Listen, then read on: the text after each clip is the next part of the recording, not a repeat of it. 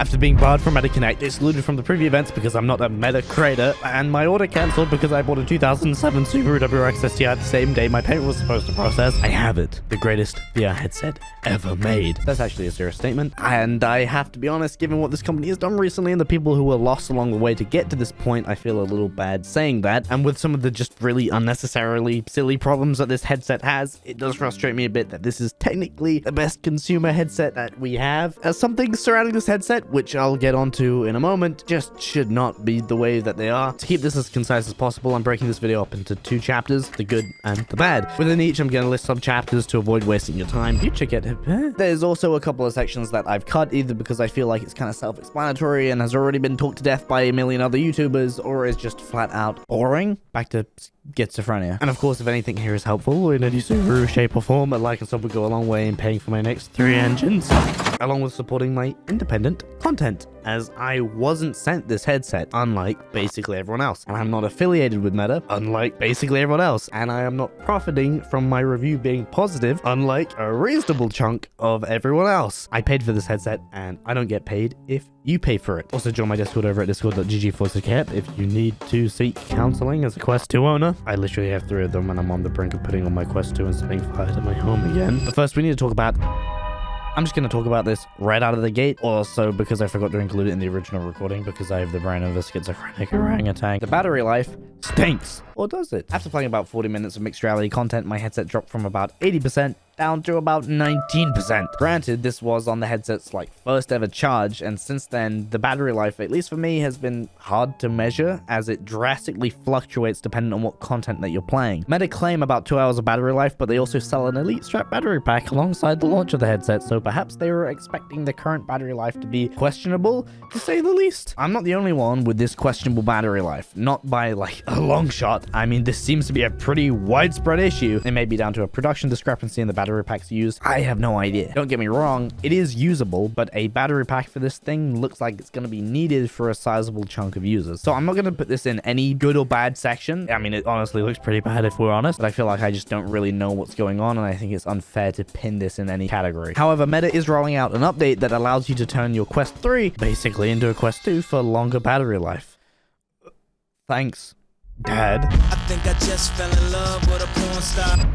Look how small the box is next to 19 big black engines. Okay, this thing straight up looks sexy. Yeah, the 3 pills at the front are a little off-putting and can look a bit goofy, but the entire shape of this thing has had a major facelift over the Quest 2. I mean, holy shit, look how small this thing is. Granted, as soon as you put the face pad on, it ends up being basically the size of the Quest 2, and a lot of the weight still hangs over your face, which causes some neck strain and forehead pressure, and I think Meta was a little deceptive with their marketing as to how small this thing is. Part of the neck strain is due to the stock head strap and the very, very easy to break face pad, which I'll get onto in a moment, but this form factor is a colossal leap in native VR gaming. As much as I love PC VR, and I believe it still has a place in the industry, I don't think hardcore PC VR fans can continue to shit on native VR when this is the hardware leap between headset generations here. The materials feel pretty much the same, and to be honest, the Quest 3 does feel a little more delicate and flexes a bit more than the Quest 2. And the Quest 2 honestly just feels like a total ancient tank of a VR headset in comparison, both in a bad way and also a good way. I'd much rather drop a Quest 2 than drop a Quest 3. This is no doubt a generally more delicate and tech-dense headset than the Quest 2 is. Obviously, every Oculus logo is now gone in favor of a Meta logo. Sad, but at least we don't have the half Oculus, half Meta rebrand mess that we had with the Quest 2. The controllers on the Quest 3 make the Quest 2 controllers feel like ancient junk. They're rounded and lack the tracking rings and somehow provide all-around better tracking than the Quest 2 ever did, at least in my experience so far. The tracking is laser fast. The buttons are clicky and concise. I hope the thumbstick drift is at least less frequent on these controllers than on the Quest 2s, but it's going to take a while before we have any evidence of that.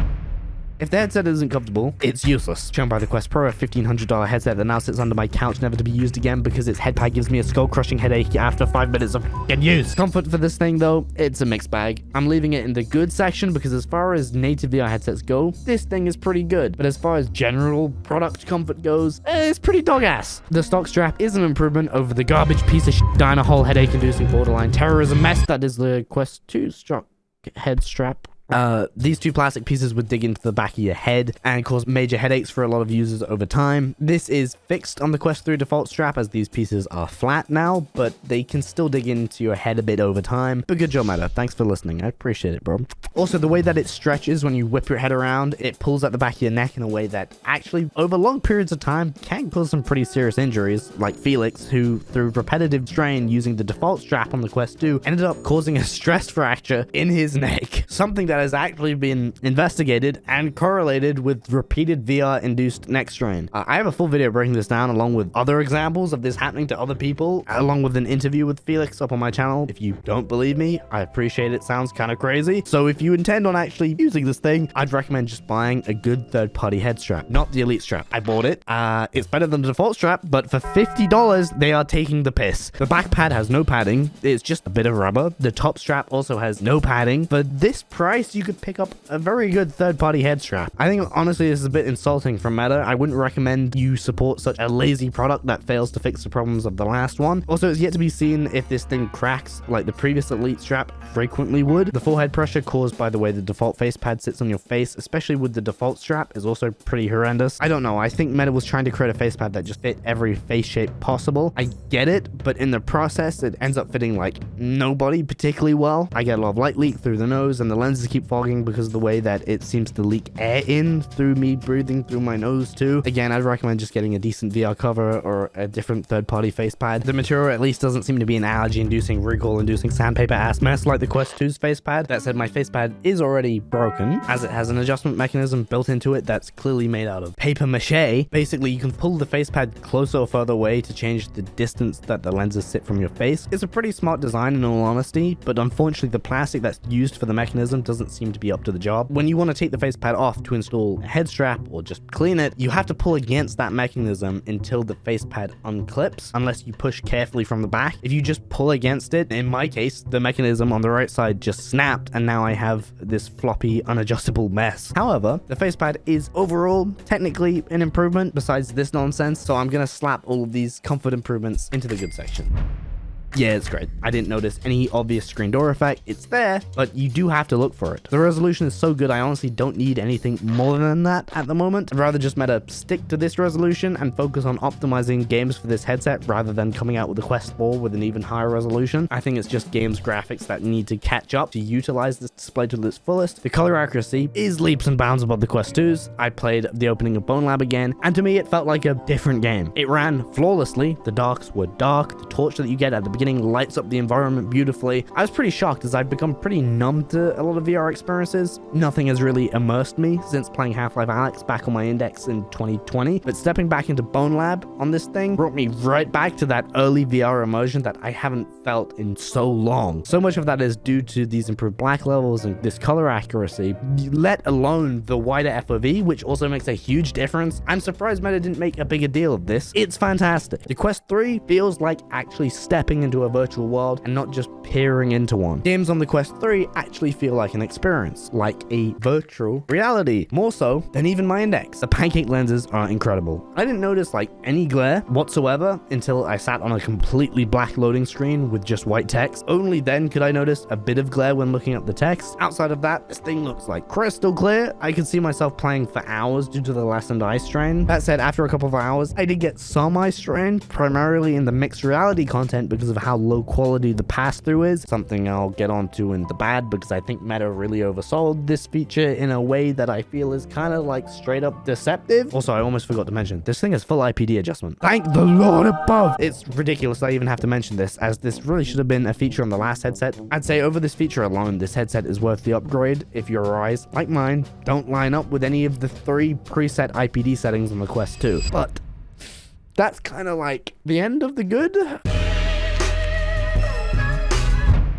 First, I gotta talk about these accessories. It's good that Meta is trying a little more on the accessories front. However, for the most part, this is overpriced garbage. I call it garbage because it's overpriced, and I call it overpriced because it's also garbage. You can get a blue head strap, very cool. Is it $50 cool? No way, out of your fucking mind. You can get a Elite strap, very cool. Is it nearly $100 cool? No, out of your fucking mind. Perhaps I could persuade you with a nice little carrying case, my good sir. For how much? Nearly $100 per chance. No, this is not cool. Meta, relax. I get it. All financial positions considered, but Jesus Christ.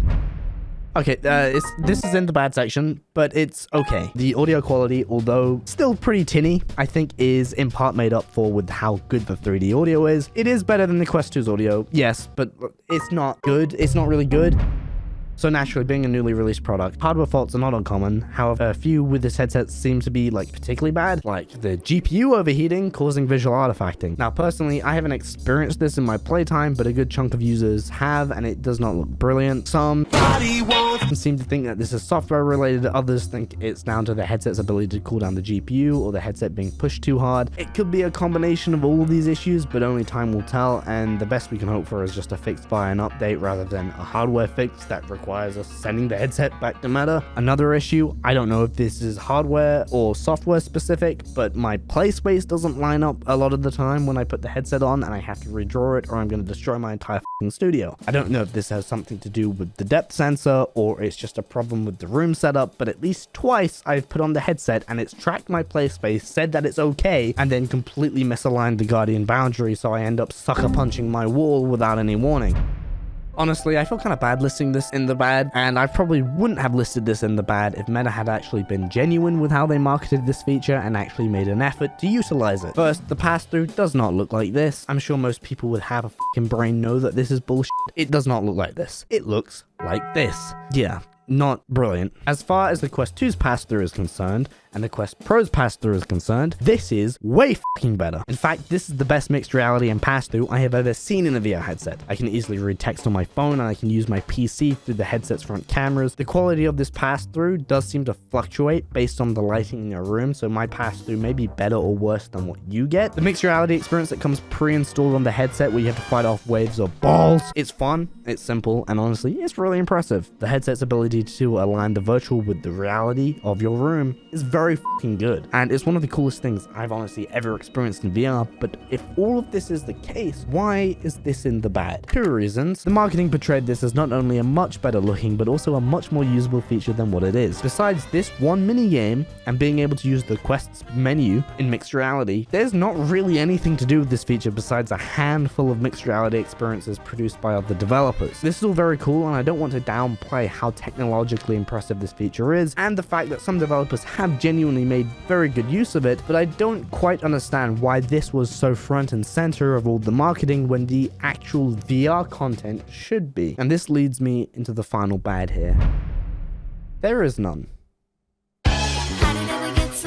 Okay, yeah, there is content, but it's all Quest 2 content. Yeah, there is some Quest 3 specific content in the form of updates for the Quest 2 content that utilizes the Quest 3 to a higher degree, but there's literally no launch titles for this thing. Asgard's Wrath 2 isn't out until December 15th. Literally, all this thing is launching with is one mixed reality minigame and Quest 2 content. So this is purely like a hardware upgrade, and with that in mind, this is a very, very good headset. The Quest 2 isn't even a budget Quest 3. The leap is so big between these two that yes, although the Quest 2 is providing a new, cheaper entry point for new users, I'd honestly recommend just waiting it out and paying for the Quest 3 instead. It's not just a better experience for enthusiasts and people who already own a Quest 2, but it's also a much, much better experience for completely new users. The room setup, the AR tracking, the faster software, everything that Meta has spent so much time on in terms of ease of use and getting people into VR comes full circle with this headset, and I'd much rather hand someone this as their first VR headset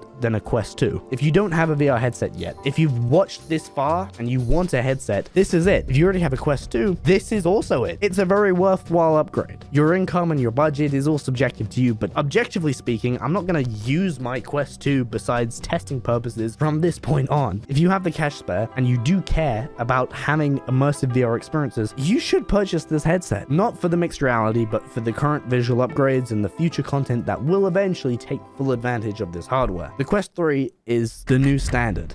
Good job, Baldyberg. I think I just fell in love with a porn star. Turn the camera on, she a porn star.